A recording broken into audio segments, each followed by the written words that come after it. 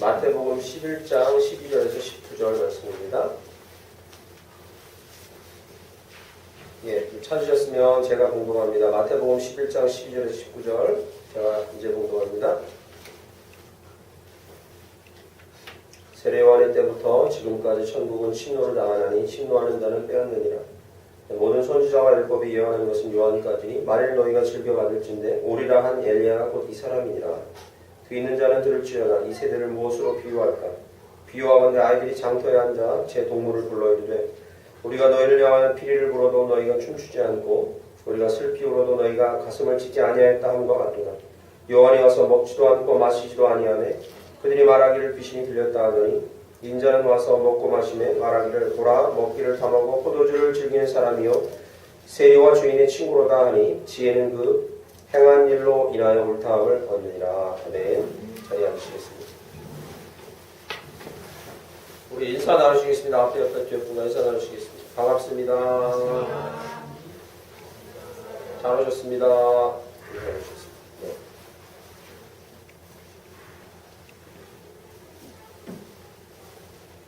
네. 설 잘 세셨죠? 명절을 딱 세고 나면 이제 명절 후유증이 오는데 제가 이제 후유증이 와서 코감기가 들어서 제가 조금 건강이 시원치는 않지만 그래도 옛날 말 틀린 게 없습니다. 골골백세라. 골골하긴 하지만 관리를 잘 이렇게 하려고 애를 쓰고 있어서 잘 버티고 있습니다. 네. 여러분 건강 주의하셔서 건강 자신 있다 하시면 병 걸립니다. 그러니까 관리 잘 하시기 바랍니다. 네. 어쨌든 목소리가 좀 까랑까랑하지가 않아서 죄송합니다. 오늘은 이 마태복음 11장 12절에서 19절 말씀 본문으로 이것이 천국 시민의 생활 방식이다 이런 제목으로 하나님 말씀을 나누고요. 이거 2주 전에 나눴던 제목인데 기억나십니까? 2주 전에 이것이 천국 시민의 생활 방식이다 하는 설교를 한 번 나눴습니다. 동일한 제목으로. 주제도 비슷하겠죠? 제목이 같으니까 오늘 다시 나눕니다. 그럴 수밖에 없는 게 마태복음이라는 이 복음서 자체는 저희가 성경 공부할 때 여러 번 배우신 분도 계시겠지만 사복음서 중에서 예수 그리스도의 왕되심과 그 통치에 대한 그 하나님 나라의 이 땅의 임함에 대한 이 대서사시이기 때문에 하나님 나라와 천국을 어떻게 우리가 누릴 것인가에 대한 이야기가 많이 써 있습니다. 천국에 대한 묘사도 많고요. 물론 다른 복음서도 있지만 이 마태복음이 되게 극명하게 나타내주고 있습니다. 그래서 지지난주 2주 전에 했던 이 천국 시민의 생활 방식에 대해서 오늘은 조금 더 구체적으로 개개인에게 좀 더 구체적으로 적용할 수 있는 부분을 말씀을 나누고자 합니다. 천국에서의 삶은 나중에 예수님이 재림하시고 죽고 나서 이루어지는 삶이 절대 아닙니다. 그것만이 천국의 삶은 아닙니다. 그래서 이 폴 마샬이라는 아주 오래됐죠. 한 20년 정도 됐는데 기독교 세계관 또는 이 영성가였던 신학자는 이런 제목의 책을 썼습니다. 천국만이 내 집은 아닙니다. 라는 책을 썼어요. 한 번씩 읽어보시면 정말 귀한 통찰을 얻을 수 있습니다. 그럼 뭘 주장하냐?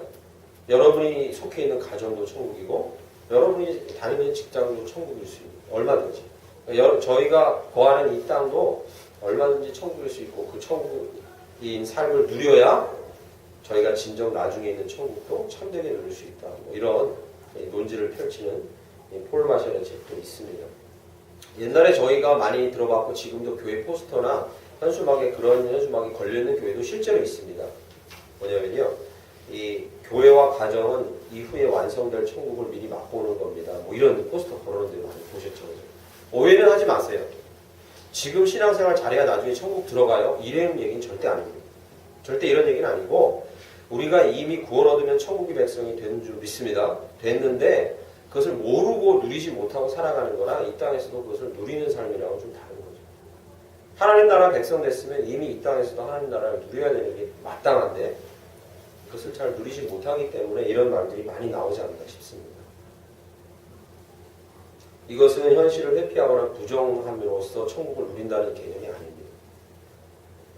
그런 개념이 아닙니다. 이 땅의 삶 조금만 이 꽉 악물고 참으면 나 곧 천국 가는데 이런 의미가 아니에요. 마치 마약 맞고 그 순간만 즐겁듯이 회피하려는 게 아닙니다. 회피하려는 게 아니라 초월하려는 거예요. 초월하는 거예요. 요즘에 이 경제계나 상거래계에서 제일 유명한 단어가 이 초월 전략입니다. 초저가, 초스피드, 뭐 이런 게 아주 유행입니다. 이게 이제 삼성에서 오래전에 시작했던 전략이에요. 이게 어떤 개념으로 시작한 거냐면 타 기업이나 타 사람들이 따라올 수 없게끔 완전히 그 단계를 뛰어넘는 다른 차원의 단계에 뭔가를 제시해야 된다라는 이런 개념입니다. 그래서 초라는 단어가 붙었어요. 그러니까 가격도 저쪽 가게에서 1,000원 하는데 이쪽 가게에서 500원 하면요. 이건 초저가 전략이 아닌 거예요. 저쪽이 조금만 애를 쓰면 따라올 수 있는 거죠. 아예 따라올 수는 없는 경지까지 올라가 버리는 거예요. 어떻게 해요? 100원짜리. 500원짜리, 200원짜리, 500원짜리가 아니에요. 200원짜리, 100원짜리를 내놓는 거죠.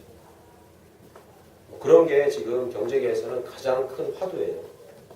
이게 말하자면 이 땅에서 천국을 누린다는 삶은 이 땅을 회피하는 게 아니라 천국의 삶을 우리 이 일거수일투족 인생에 갖고 들어와서 우리가 누리도록 애를 써서 지금 현실을 회피하는 게 아니라 초월하는 좀 더 높은 단계의 삶을 살 수 있는 것을 의미합니다. 기억하셔야 합니다. 지금 삶을 회피하는 게 아닙니다. 오늘 본문 말씀에는 이 11장 세례 요한에 대한 이야기를 예수님이 하시다가 이 천국에서의 이 삶이 무엇인지 이 땅에서 그것을 어떻게 누릴 수 있는지에 대한 귀한 통찰을 예수님이 제시해 주십니다. 11절 우리가 읽지 않았지만 보시면 지금은 세례 요한에 대한 이야기를 하고 있어요. 세례 요한보다 더 큰 이가 일어남이 없도다. 그 다음에 세례 요한과 천국을 관련시키죠. 그러나 천국에서는 극히 작은 자라도 그보다 크니라. 왜 그렇게 했겠습니까? 이 요한이라는 인물이 정말 대단합니다. 왜요? 예수님의 오실 길을 예비했으니까. 그러나 천국 가면 그런 사람은 열려있다 하면서 천국의 삶을 이 땅에서 삶으로 너희들도 세례 요한이나 그리고 사람들에게 칭송받는 사람보다 얼마든지 복된 삶을 살아갈 수 있다. 그래서 천국의 삶을 12절부터 이제 단락의 끝인 19절까지 이야기해 주고 있습니다. 첫 번째 살펴보겠습니다. 12절 세례 요한의 때부터 지금까지 천국은 침노를 당하나니 침노하는 자는 빼앗느니라. 12절에 처음으로 천국 삶을 지금 누리는 이 대표적인 방법 하나가 등장하는데 저희가 성경에서 해석하기 가장 어렵다는 구절 중에 하나입니다. 천국은 침노를 당하나니 침노하는 자는 빼앗느니라. 이렇게 얘기합니다. 이 해석하기가 너무 어렵습니다. 신학자마다 해석이 다 달라서. 그런데 이제 문맥상 가장 타당하다고 해석되는 것을 제가 골라서 말하면 이렇습니다. 여기서 천국은 침노를 당한다 이 말은 군대가 폭풍우처럼 확 휩쓸고 들어와서 적군이 손을 쓸 수 없게끔 확 진지를 뺏어버리는 것을 비유합니다.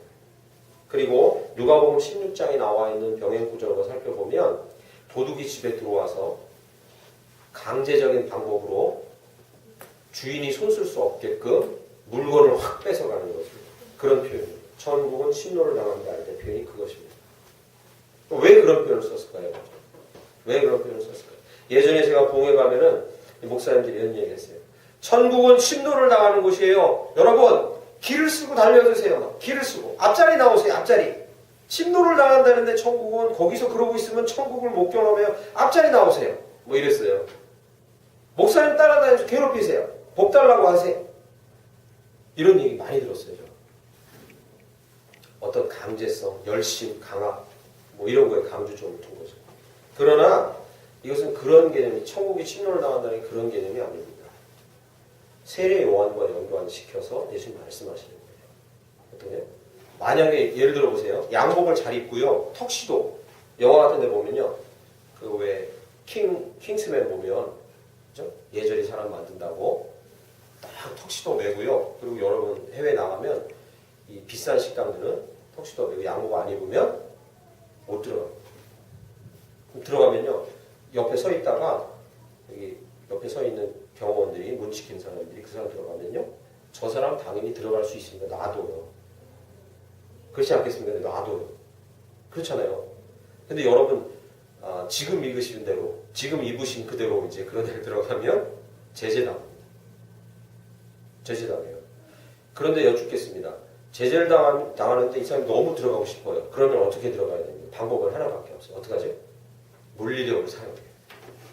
물을 뒤에 가서 뜯거나 아니면 이게 내가 누군지 알고 하면서 한 대 치고 쓰러뜨리고 들어가든가 둘 중에 하나예요. 그렇지 않습니까? 오늘 여기서 12절에서 천국은 침노를 당한다는 말이 이겁니다. 천국이 만약에 천국이라는 곳이 저 사람 같으면 천국 들어갈 자격이 있구나라는 사람이 다 들어가면 친노라는 표현 안 썼을 거예요. 급하게 들어가고 강압적으로 들어가고 안 썼을 거예요. 이 표현은요. 전혀 들어갈 수 있는 자격이 없는 것 같은 보이는 사람들이 막 무대포로 밀고 들어가서 그곳을 점령하는 그곳이 천국이다. 이렇게 얘기하는 거예요. 세례 요한 시대, 예수님 시대에 유대인들이 같이 살던 이 시대에 저 사람들은 천국 들어갈 자격이 없다고 여겨지던 사람이 누굽니까? 세례 요한이 와가지고 회개하라. 너희 앞에 천국이 있다. 구원 얻으라 할 때 그 사람들에게 몰려들긴 했지만 사람들의 눈으로 보기에 저 사람은 자격이 없는데라고 여겼던 사람이 누굽니까? 세리, 창녀, 거린들이었어요. 그런데 희한하죠?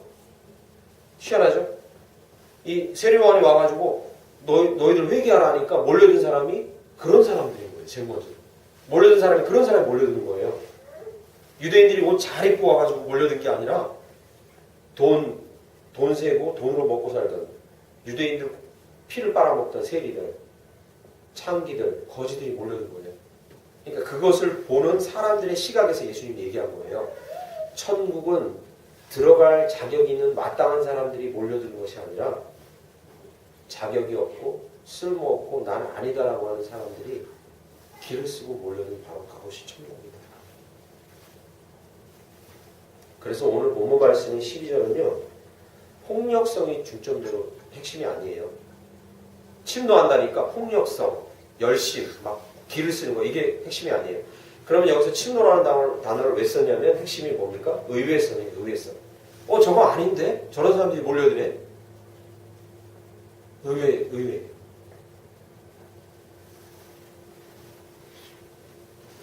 (12절) 뒷부분을 보시죠. 침노하는 자는 빼앗습니다.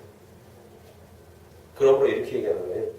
자신의 모습 때문에 망설이지 말고 일단 들이밀어. 그 얘기예요. 너희 자신의 모습 때문에 망설이지 말고 일단 나와. 그래야 너희가 취할 수 있어. 고상한 이야기를 논하고 막 이러지 말고 일단 단순한 진리를 받아들이고 그리고 나와. 행동해.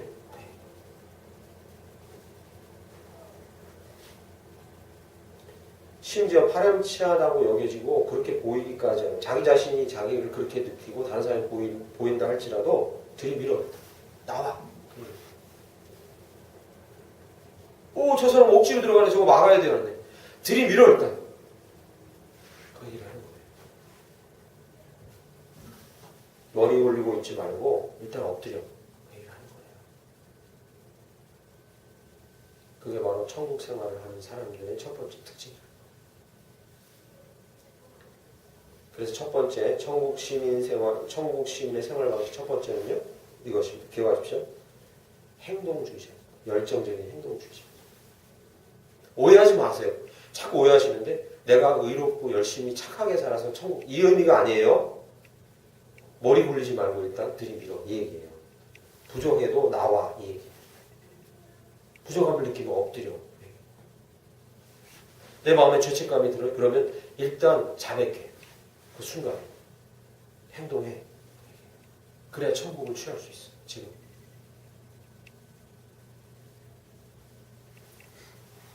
본문 말씀 13절 보시죠. 14절, 13, 14절에 12절을 설명합니다. 모든 선지자와 율법이 예언한 것은 요한까지 만일 너희가 즐겨받을진대 오리라 한 엘리야가 곧 이 사람이라 이렇게 얘기합니다. 모든 선지자와 율법이 예언한 것이 요한까지다. 모든 선지자와 율법이 예언한 게 무엇입니까? 핵심이 예수 그리스도. 핵심이 예수 그리스도예요. 그리고요 14절 만일 너희가 즐겨받을진대 예수 그리스도에 대한 복음을 받아들이면 그걸로 충분해 이 얘기입니다. 그걸로 충분해. 그것만 갖고 충분해. 그거 가지고 들이밀어. 그 얘기예요. 그거 가지고 일단 나와. 그거 가지고 있는 곳에서 무릎 꿇고 기도해. 예수님들을 부르고. 그 얘기예요. 바로 그런 사람들이 천국 시민 생활을 하는 자들이죠. 예수님 붙들고 열정적으로 행동하는 거예요. 즉시. 이 부분에서 저는 회개기도 했어요. 이 말씀 준비하다가. 왜냐면요. 저는 선교단체 잠시 가 있다가 거기서 다양한 사람들을 만났는데 교회의 신앙생활을 하지 않고 막 여러 종류의 사람들을 섞여있는 걸 만났는데 판단이 많이 되더라고요. 제가 워낙 질서가 잘 잡히고 뭐 이런 거 좋아하는 사람이라 막 그런 거 깨는 사람 보면 참을 수가 없는 거예요. 맡은 일을 딱딱 분배해주면 그걸 해야 되는데 그거 안 하는 사람 보면 참을 수가 없는 거예요. 막. 그래서 제가 죄를 많이 지었던, 제일 많이 지었던 때가 DTS 훈련할 때예요. 정죄. 저 인간이 나의 사회생활 내가 밖에 나가면 절대 상종 안 한다. 저 뭐 이런 식으로 정죄하는 거예요. 근데 희한한 건 뭔지 아십니까? 저는 은혜를 못 받아가지고 마음이 냉랭한데 그 사람들은 막 거기서 훈련을 받으면서 막 성령의 기름 부음이 있고 막 깨지는 거예요. 더 열받는 거예요. 그러니까 막 더 열받는 거예요. 저 해서는 안 되는데 내가 은혜를 받아야 되는데 저 사람이 뭐라고. 그때 죄를 제일 많이 지은 것 같아요. 근데 이 설교를 준비하면서 제가 또 하나 회개했는데 그때 저한테 찍혔던 인물은 아직도 저한테 찍혀있어요. 이게 더 문제인 거예요. 아직도 해결이 안 돼요. 그게. 거기서 같이 훈련받던 분 중에 한 분이 막 너무 잘 돼가지고 지금 막 너무 잘 됐어요. 그래서 막 얼마 전에 막 국가 표창도 받고요. 이러고 있더라고요. 그걸 막 SNS에 올렸어요. 너무 마음이 너무 불편해요. 제가 저 시상 때 있죠? 그 현장 가서 이렇게 얘기하고 싶어요. 저 사람 아니에요! 저 사람 아니에요! 저 사람 아니에요! 저 진짜 알고 나면 저 사람 진짜 아니에요! 모르시는구나! 막 이렇게 해주고 싶어요.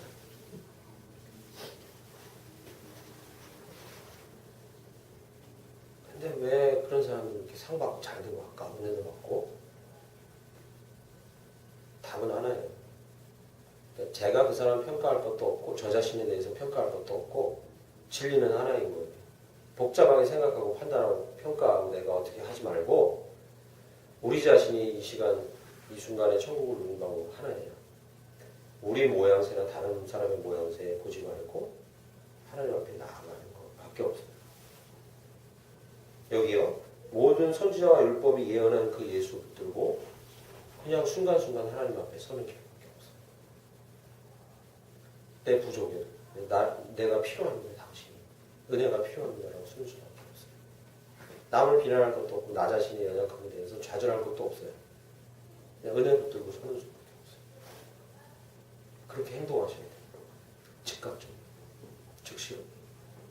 깨달아질 때 즉시로 자백하고 걱정이 밀려올 때 즉시로 기도하고 기쁨이 오면 왜 이렇게 기쁘지 하지 말고 즉시로 찬양하고 죄책감이 밀려올 때 힘들어하지 말고 즉시로 자백하고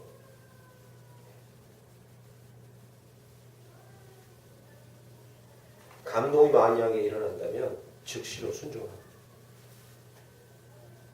열정적인 행동주의자들이 천국을 소유하는 삶을 살게 됩니다. 그 길밖에 없습니다. 아무리 생각해도 성도들에게는 천국을 경험하시는 길은 그 길밖에 없습니다. 두 번째, 오늘 본문 말씀 17절 한번 보시죠. 15에서 17절 사입니다. 귀 있는 자는 들을지어다 하면서요. 이 두 번째 부류의 사람들이 이제 등장하는데 이 세대를 무엇으로 비유할까? 비유하건대 아이들이 장터에 앉아 제동물을 불러 이르되 우리가 너희를 향하여 피를 불어도 너희가 춤추지 않고 우리가 슬피 울어도 너희가 가슴을 치지 아니하였다 하는 것 같도다. 이렇게 써있어요. 이 두 번째 부류의 사람들 또는 한 부류의 사람이지만 두 번째 특징은 이것입니다. 비유를 통해서 얘기합니다. 16절에요. 장터에 앉아서 애들이 놉니다. 결혼식 놀이도 하고 장례식 놀이도 합니다. 그리고 저 주영이나 선생님 친구들하고 장례식 놀이는 안 하죠. 이게 좀 의외인데 당시에는 놀거리가 없었어요. 놀거리가 하도 없으니까 TV도 없고 SNS 없으니까 주로 많이 보던 거 그냥 따라하고 우리 소꿉놀이 하듯이 하는 게 장터에서 애들 노는 거예요. 그러니까 주로 당시에는 결혼식 한 번 하면 한나절 하는 거 아시죠? 며칠간도 가고 이러잖아요. 결혼식 놀이도 하고 장례식도 되게 거창하고 길었어요. 그러니까 그런 거 보고 놀이를 하는 거죠. 그런데 문제는 여기 17절 보시죠. 우리가 너희를 향하여 피를 불어도 너희가 춤추지 않고 결혼식 놀이를 하다가 애들이 막 피를 불고 막 하는데 반응이 없는 거예요. 일부 애들은 뭐 내서 귀찮고 날 건들지 마라 뭐 이런 거죠. 반응이 없는 거죠. 보면 여기 우리가 슬피 울어도 너희가 가슴을 치지 아니하였다. 17절 뒤에 막 장례식 놀이 하다가 아이고 하는데 희한한 짓거리 하네 하면서 반응이 없는 그런 애들 얘기하는 거예요. 그런 애들을 비난 쪽으로 얘기하는 거지. 그런 상황. 뭘 얘기하냐면요. 아무리 주변과 세상이 뭐라 해도 공감을 못하고 반응을 못하는 사람들 얘기하는 거예요. 문제죠. 무감각하고 반응이 없는 사람. 목사님 이게 왜 문제예요? 저랑 하나님 관계 안에서 제가 잘 믿으면 되잖아요. 그거면 그만이죠? 그렇지 않습니다. 하나님께서 세상을 만드시고 인간을 만든 목적 자체도 이것이고 하나님이 우리를 다시 구원하는 목적도 이것이고 우리를 태어나게 하신 목적도 이것이고 믿게 하신 목적도 이거예요.